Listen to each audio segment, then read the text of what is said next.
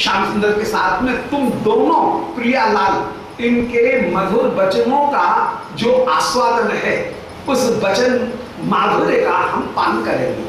तुम युगल के बीच में जो संवाद माधुर्य होगा उस संवाद की मधुरता का हम पान करेंगे। बात वही है कि चाहे रहे कोई सी भी स्थिति, युगल को मिलाना वो ही श्री ललिता जी का एकमात्र तात्पर्य है। अलग छपा देंगे तब भी कृष्ण से मिलाएंगे और यदि अपने साथ में रखेंगे तब भी इनके युगल के वार्तालाप के माधुर्य का आस्वादन करेंगे। एवं तत्र मिथो विचार्य, ऐसे श्री ललिता और श्री राधिका मिथा माने परस्पर जब विचार कर रही हैं तब ये तो विचार कर ही रही थी। इसी बीच स्वप्रेयसी नाम गणे मध्य प्रादुर्भूत, श्री श्याम सुंदर स्व माने वो श्याम सुंदर स्वप्रेयसी नाम गणे मध्य प्रादुर्भूत, प्रियागणों के बीच में सखियों के बीच में श्री श्याम सुंदर तुरंत ही प्रादुर्भूत हो गए, माने आ गए, गोपियों के बीच में आ गए। अब कैसे आ गए उसके लिए वर्णन कर रहे हैं कि यथा कुमुदनी वृंदे विधु पर्वणि, उसके लिए एक उपमा दे रहे हैं जैसे कुमुदनियों के बीच में चंद्रमा उदय हो जाता है शुभ मुहूर्त में। पर्वणि माने रात्रि के समय, पर्व के समय, पूर्णिमा के पर्व के समय जैसे कुमुदनियों के बीच में चंद्रमा प्रकट हो जाता है। कवियों में एक प्रसिद्धि है कि कुमुद कुमुदनी इनके की मित्रता है चंद्रमा से और कमल कमलनी इनकी मित्रता है सूर्य से। तो सूर्य को कहा जाता है कमलनी बंधु और चंद्रमा को कहा जाता है कुमुदनी बंधु। तो उसी कवि प्रौढ़ी को, कवि परंपरा को ध्यान में रख करके यहाँ पे कह रहे हैं कि जैसे कुमुदनी वृंद के बीच में विधु माने चंद्रमा, पर्वणि माने अपने समय पर प्रदोष काल में जैसे चंद्रमा का उदय हो जाता है, जब भी उदय है चंद्रमा के उदय का समय, उसमें जैसे चंद्रमा उदय हो जाता है ऐसे ही श्री श्याम सुंदर सखियों के बीच में ये वार्तालाप कर रही थी, उस समय ही प्रकट हो गए हैं। जो श्याम सुंदर को आया हुआ देखा, उनको आया हुआ देख करके जितने भी सखीगण और श्री किशोरी जी उनमें संरंभ माने श्री किशोरी जी में उस समय क्रोध उत्पन्न हो गया। संरंभ कहते हैं क्रोध, और अभिथा, क्रोध और अभिथा इन दोनों के भाव श्री प्रिया में उत्पन्न हो गए हैं। संरंभ माने हड़बड़ाहट या क्रोध और अभिथा माने अपने हृदय के भाव को छिपाना। जहां अपने हृदय के भाव को छिपाया जाए उसका नाम है अभिथा। विभोग उसका नाम जहां पर प्रिय के द्वारा दी गई वस्तु का अनादर किया जाए उसका नाम विभोग, और जहां प्रिय की चर्चा हो रही हो उस चर्चा में कहीं उत्सुकता दिखाना उसका नाम है मोटाइट। और प्रिय से मिलन के समय कहीं झूठे आंसू, झूठे नेति नेति वचन का प्रयोग करना उसका नाम है कुप्तमित। तो ये चार भाव बड़े महत्वपूर्ण हैं। इनमें अभिथा, विभोग, मोटाइट और कुप्तमित। अभिथा माने अपने हृदय के भाव को छिपाने का प्रयत्न करना। विभोग माने प्रिय के द्वारा दी गई वस्तु का झूठ मूठ आदर अनादर करना। श्याम सुंदर को पुष्प दे रहे हैं, वो बीड़ा दे रहे हैं और पान को उठा के फेंके, नहीं हम नहीं लेते हैं, तुम्हारे पान में न जाने तुम तो ठग हो, ठग भटका तो कोई दे दी है, कहीं झाड़फाड़ी तो नहीं कर रहे हो, हमको मोहित करने के लिए कोई जादू टोना तो नहीं कर रहे हो। तो हृदय से आदर करना और ऊपर से प्रिय की वस्तु का निरादर करना, तो प्रिय की वस्तु का जो निरादर करना है, प्रिय द्वारा प्रदत्त वस्तु उसको भी स्वीकार न करना, उसका नाम है विभोग।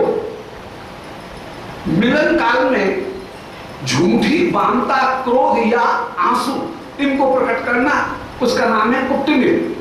और प्यारे की कहीं चर्चा सुन रही हो, चल रही हो, उसको छिप करके कान लगा करके सुनना और उसमें अपनी रुचि, इंटरेस्ट दिखाना, रुचि दिखाना, उसका नाम है मोटाइट। तो यहां पर शिवप्रिया उनमें अभिथा नाम करके भाव प्रकट हुआ और अभिथा भाव को धारण करके वो विभोग, अभिथा और विभोग दो भावों को धारण करके श्री किशोर जी विराजमान है। तो एक और संभ्रम, संभ्रम मान क्रोध, झूठा क्रोध,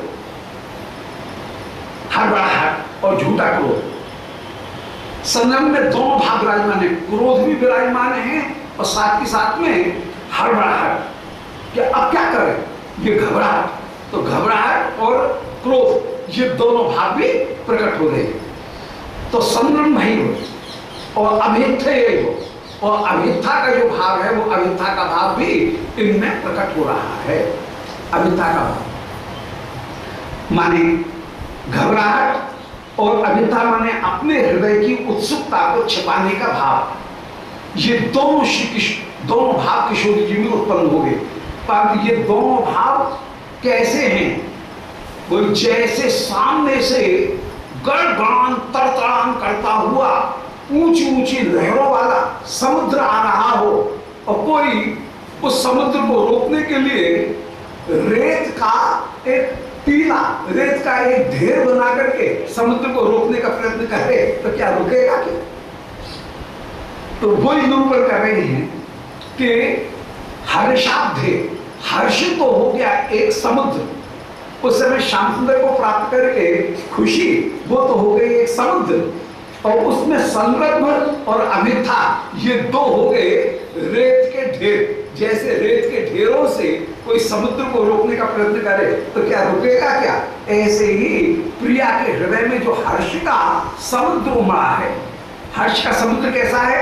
हर्ष अवधि, जो कि अतुर्मी माल, अतनु माने ऊंची ऊंची, उर्मिमाल, उर्मिमाल माने लहर, ऊंची ऊंची लहरों से युक्त उर्मिमाल कहते हैं समुद्र को। तो हर्ष का जैसे कोई समुद्र हो जिसमें ऊंची ऊंची लहर उठ रही हो और वो ना लहरों को रोकने के लिए कोई संरंभ और अभिथा रूपी जैसे दो रेत के ढेर बना करके उस भीड़ को रोकना चाहे तो क्या रोक सकेगा का? ऐसे ही अबला रोक ध्रुम तदा रे गिरे, इन अबलाओं ने हृदय में उत्पन्न होने वाले उस हर्ष के समुद्र को हड़बड़ाहट, क्रोध और अभिथा इन दो भावों के द्वारा रोकने का प्रयत्न किया, परंतु रोक नहीं सके। क्या सुंदर उपमा! ये इससे सुंदर कोई रूपक हो नहीं सकता है, बिंब कोई हो नहीं सकता है। हृदय में हर्ष का समुद्र उमड़ रहा है और उसको रोकने के लिए क्रोध और अभिथा अपने भाव को छिपाने का प्रयत्न ये कर रही है, परंतु क्या रोक सकेंगे क्या? अब कोई मुट्ठी दो मुट्ठी रेत को इकट्ठा करके अपनी ओट बनाना चाहे, सामने समुद्र आ रहा है तो वो रेत कहाँ जाएगी? समुद्र की लहर में तो जाने कहाँ बह जाएगी, उसको कोई रोका जा सकता है क्या? ऐसी अपूर्व हर्ष श्री किशोरी जी में उत्पन्न हुआ है। तो सखीगण जैसे ही बातचीत कर रही थी, दोबारा सुन लेंगे। एवं तत्व मिथो विचारे थी, सखीगण जब विचार कर रही थी उस समय सब मान वे कृष्ण स्वप्रेयसी नाम गणे मध्य प्रादुर्भूत, अपनी प्रेयसियों के मध्य में प्रादुर्भूत हो गए, प्रकट हो गए। कैसे प्रकट हुए? उपमा है यथा कुमुदनी वृंदे विधु पर्वणि, जैसे उचित समय आने पर कुमुदनियों के वृंद में चंद्रमा उदित हो जाता है और चंद्रमा उदय होता है तो कुमुदनी जैसे खिल जाती है, ऐसे ही श्याम सुंदर को अपने पास में आया हुआ जानकर के श्री राधिका का पूरा यूथ परिपूर्ण रूप से खिल गया है। उस समय श्री स्वामी ने संग्राम माने हर्राहट या क्रोध और अनिथा माने अपने भाव को छिपाने का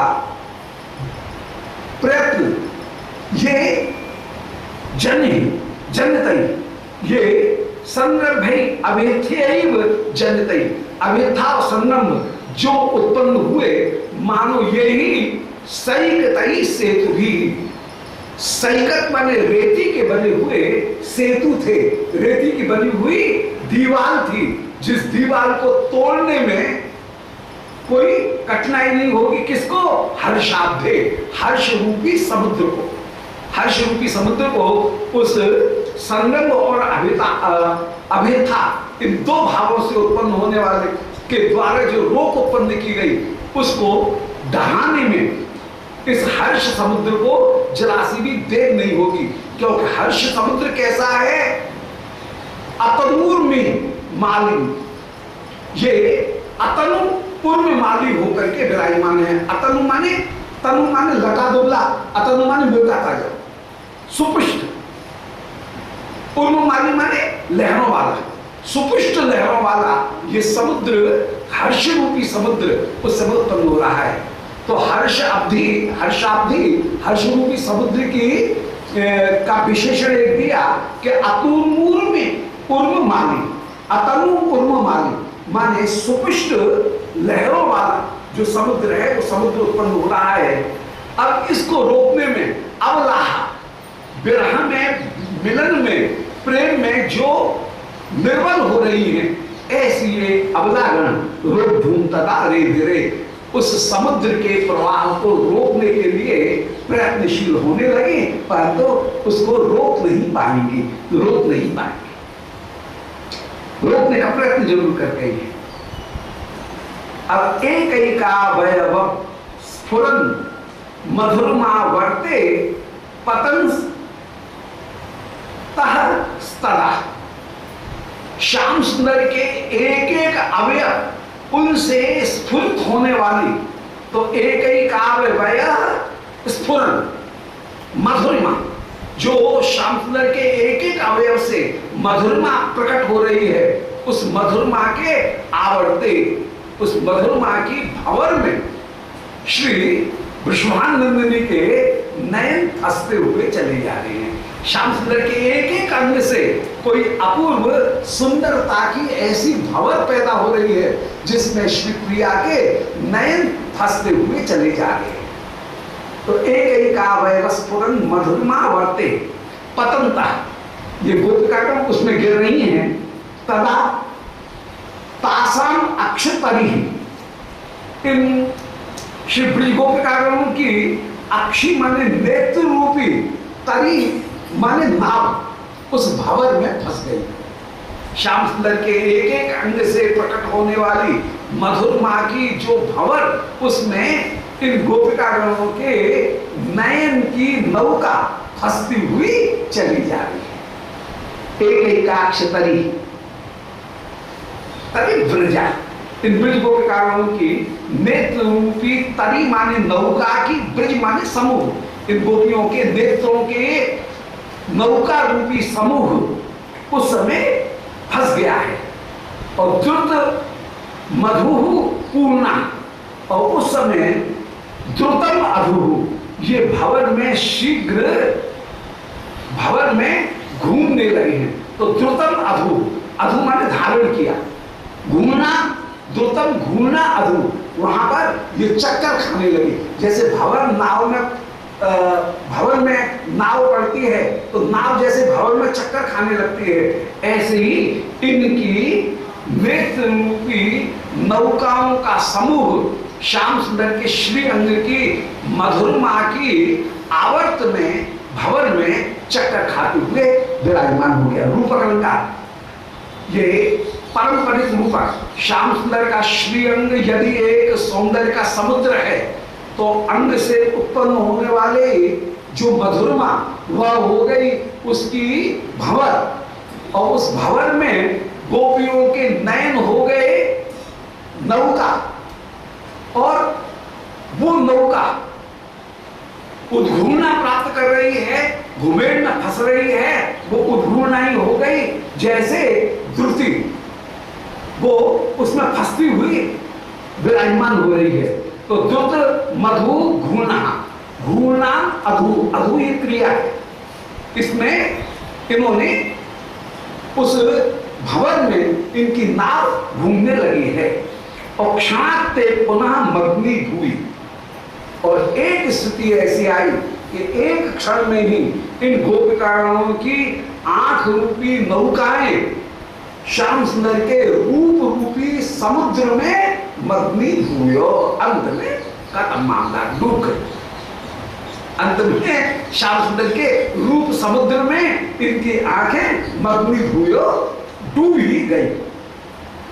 रसात्मतांतर तया, और रस में आप्लुत होकर के भीतर ही भीतर समा गई, वहां से उबर नहीं पाई। श्याम सुंदर के रूप समुद्र में इनकी आंखें डूब गई हैं।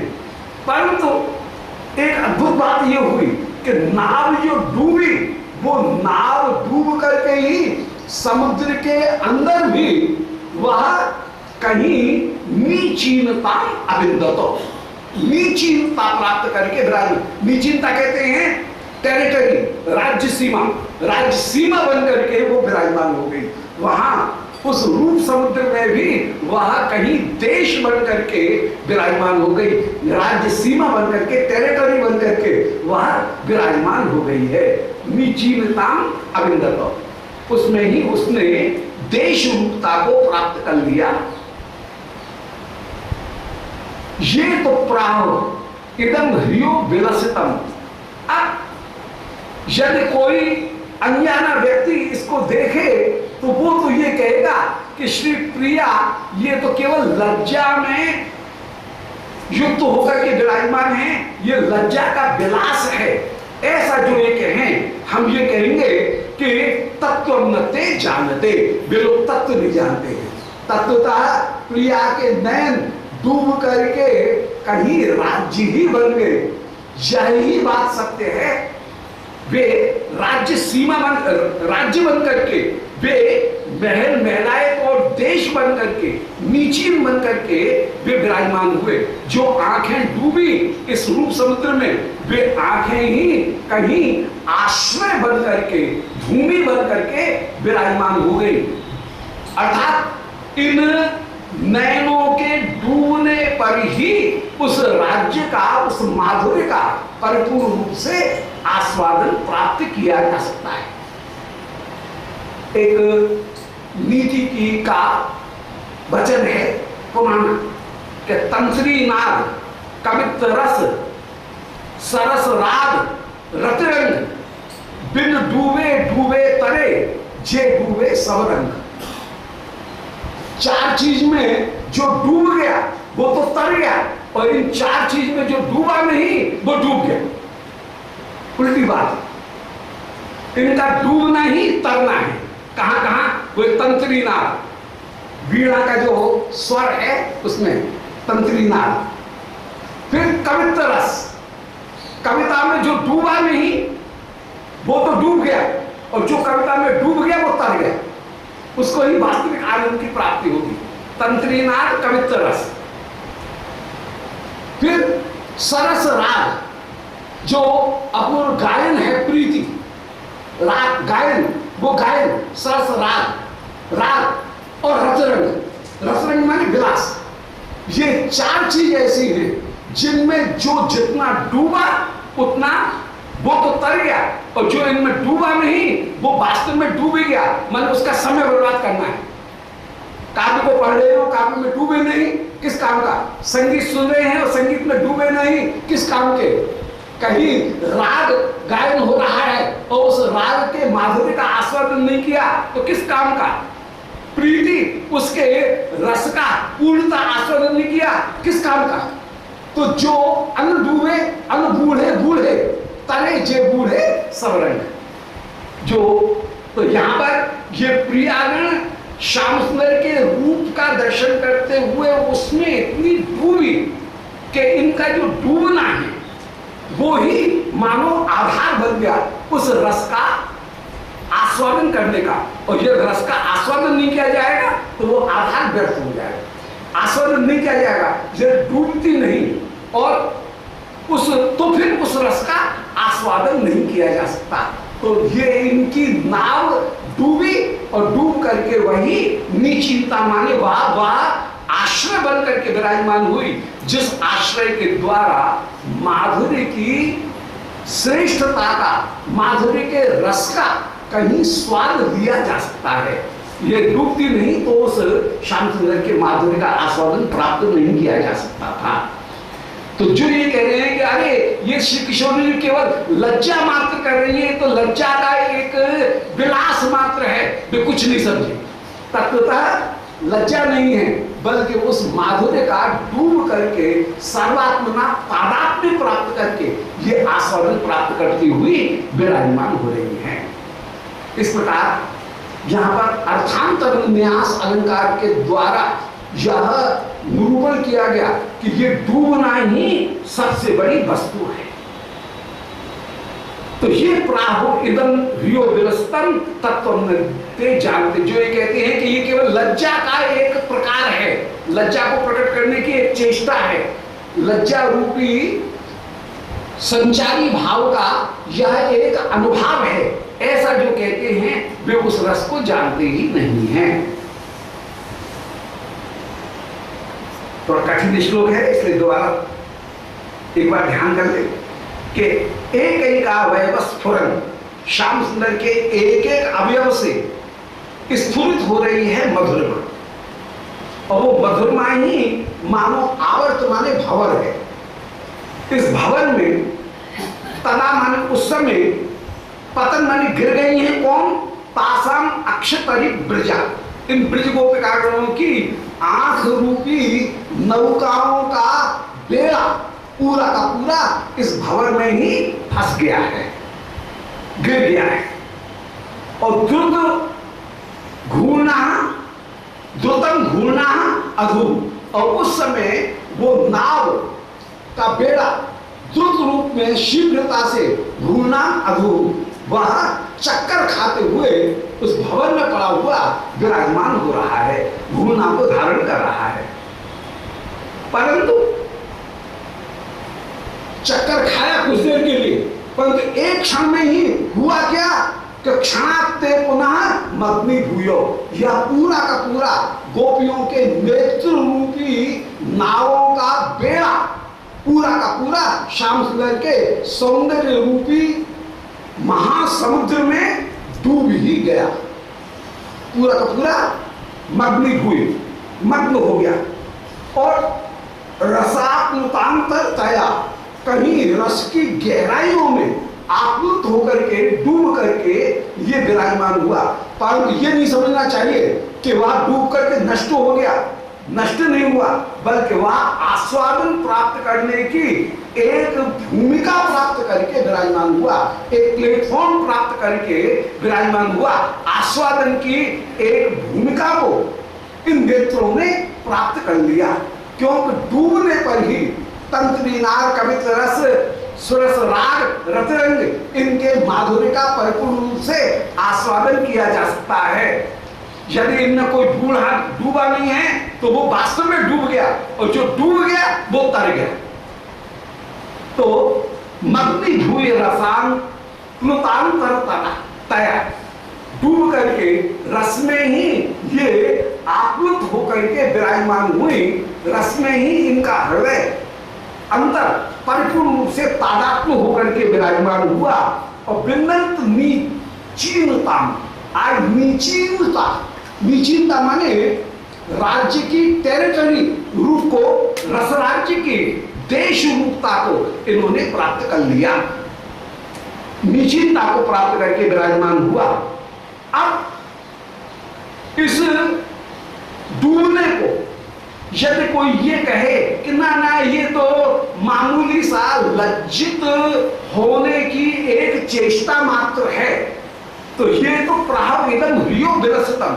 यदि कोई ये कहे कि ये श्री प्रिया जी में लज्जा नामक संचारी भाव उत्पन्न हुआ, तो उस संचारी भाव के अनुभव रूप में कुछ देर के लिए श्री प्रिया में ये तन्मयता, जड़ता, ये उद्घूर्णा दशा ये उनमें आई, ये यदि कोई कहता है तो हम तो ये कहेंगे कि तत्वमते जानते, वे रस के तत्व को ही नहीं जानते हैं।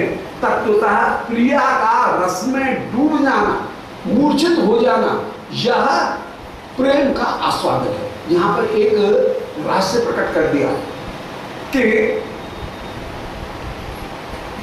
रसिकों की जो समाधि की स्थिति है, उस समाधि की स्थिति में प्यारे के आस्वादन की समाप्ति नहीं। ज्ञानियों की समाधि की स्थिति में उनके मन का भी कहीं लय हो जाता है। ज्ञान के विषय में कहा जाता है कि ज्ञान स्वपर विरोधी है। जैसे दिए की लौ वह अंधकार को भी खाती है और वह उस बत्ती को भी खाती है, उस अधिष्ठान को भी खाती है जिसमें वो विराजमान है। इसी प्रकार ज्ञान अज्ञान को भी खाता है, परंतु ज्ञान उस मनोवृत्ति को भी खाता है जिस मनोवृत्ति रूपी बत्ती में वो लौ जल रही है। तो ज्ञान अज्ञान को भी खाएगा, मनोवृत्ति को भी खाएगा। और जैसे ही मनोवृत्ति पूरी हुई, समाप्त हुई, वैसे ही जीवात्मा परमात्मा में जाकर के ब्रह्म सायुज्य प्राप्त करके विराजमान हो जाएगा। उस ब्रह्म सायुज्य की स्थिति में केवल आनंद रूपता तो रहेगी, परंतु आनंद का आस्वादन नहीं रहेगा। जैसे सूर्य प्रकाशक तापक तो है, तो ताप रूपता प्रकाश रूपता तो है, परंतु सूर्य को न अपने प्रकाश की चकाचौंध हो रही है, न सूर्य को अपनी गर्मी खुद को लग रही है।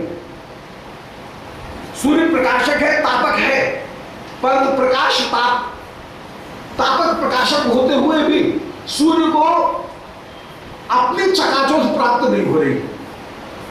यदि प्रकाशक होता तो हम तो सूर्य को देख करके चकाचौंध हो जाते हैं, सूर्य अपने तेज से स्वयं चकाचौंध को प्राप्त नहीं है। सूर्य की गर्मी से हम पसीना में झाझो हो जाते हैं, हमें सूर्य की तापकता का अनुभव है, पर सूर्य को अपनी तापकता का स्वयं अनुभव नहीं। तो अपने ताप प्रकाश होने पर भी सूर्य को जैसे ताप प्रकाश का सम्यक अनुभव नहीं है, पूर्ण अनुभव नहीं है, यथा कथनचित अनुभव भी है कि हाँ मैं ताप रूप हूं, मैं प्रकाश रूप हूं, स्वरूप का अनुभव है, पर स्वरूप का आस्वादन नहीं है। इसी प्रकार ब्रह्म बन जाने पर या ब्रह्म में लीन हो जाने पर जीव को अपने सच्चिदानंद रूपता का यथा कथनचित अनुभव ही प्राप्त होगा। ब्रह्म की पूर्णता, ब्रह्म के आनंद का उसको अनुभव नहीं है, क्योंकि उसके पास में ग्राहक सामग्री नहीं। जब तक भेद नहीं होगा, द्वैत नहीं होगा, तब तक वस्तु का आस्वादन प्राप्त नहीं होगा। तो जो ये कह रहे हैं कि ये लज्जा का विलास मात्र है, तत्व वे कुछ नहीं जानते हैं। वैष्णवों की जो समाधि है, रसकों की समाधि, उस समाधि की बहुत बड़ी विशेषता है कि उस समाधि में आस्वादन नष्ट नहीं होता है। जहां श्री किशोर जी कह रही हैं कि कृष्णो हम पश्यत गतिम ललता में तन्मना, रास में मैं ही कृष्ण हूं, मेरी गति देख, वो ज्ञानी की ब्रह्म सायुज्य की स्थिति नहीं है। वहां पर प्यारे भी हैं और मैं भी हूं। कृष्णो हम, ये कृष्ण है और ये मैं हूं। आज कृष्ण ऐसे खड़े होते हैं, ऐसे कृष्णो हम पश्यत गतिम, कृष्ण की गति को तू देख, अर्थात अपना नायकापना भूला नहीं है। नायकापना श्री प्रिया जी में उस विरह की स्थिति में भी विराजमान है। गोपियों में विरह की स्थिति में भी हम नायिका हैं, श्याम सुंदर विषय हैं, ये आश्रय विषय का ज्ञान वहां पर समाप्त नहीं हुआ। तो कृष्णो अहम, ये द्वैत भाव वहां पर विराजमान है और आस्वादन निरंतर निरंतर प्राप्त है। एक हो जाएंगे तो आस्वादन की प्राप्ति नहीं है। तेज रूपता तो हो जाएगी सूर्य की, परंतु तेज का आस्वादन नहीं है। प्रकाशक रूपता तो हो जाएगी, परंतु प्रकाशक रूपता का आस्वादन नहीं। ये कहीं अंतर हो जाएगा। तो कृष्ण हम पश्चिम गति, ये तो यहां पर भी ये श्री प्रिया का लज्जा का विलास मात्र नहीं है, बल्कि प्रिया परम गंभीरता के साथ में उस समय श्री श्याम सुंदर के रूप माधुर्य का आस्वादन करते हुए एक भूमिका प्राप्त कर रही हैं, एक प्लेटफॉर्म प्राप्त कर रही हैं, एक स्टेज प्राप्त कर रही हैं, जिस स्टेज पर खड़े होकर के श्याम सुंदर की माधुर्य का दर्शन करते हुए तद्रूपता प्राप्त कर रही हैं। तद्रूपता कैसे? जैसे कोई व्यक्ति शेर जंगल में जा रहा था, एक दृष्टांत से बात स्पष्ट हो जाएगी। कोई जंगल में जा रहा था और इतने में सामने से गरजता हुआ एक शेर आया। शेर को देख करके वो व्यक्ति इतना भयभीत हो गया कि भयभीत होकर के मूर्छित होकर के गिर गया। कोई जैसे यहां पर जल में डूब गई नाव, ऐसे वो मूर्छित होकर के गिर गया। शेर ने उसको देखा भी नहीं और शेर को अपने उछल कूद करता हुआ उसको उलांग करके कहीं निकल गया बाहर।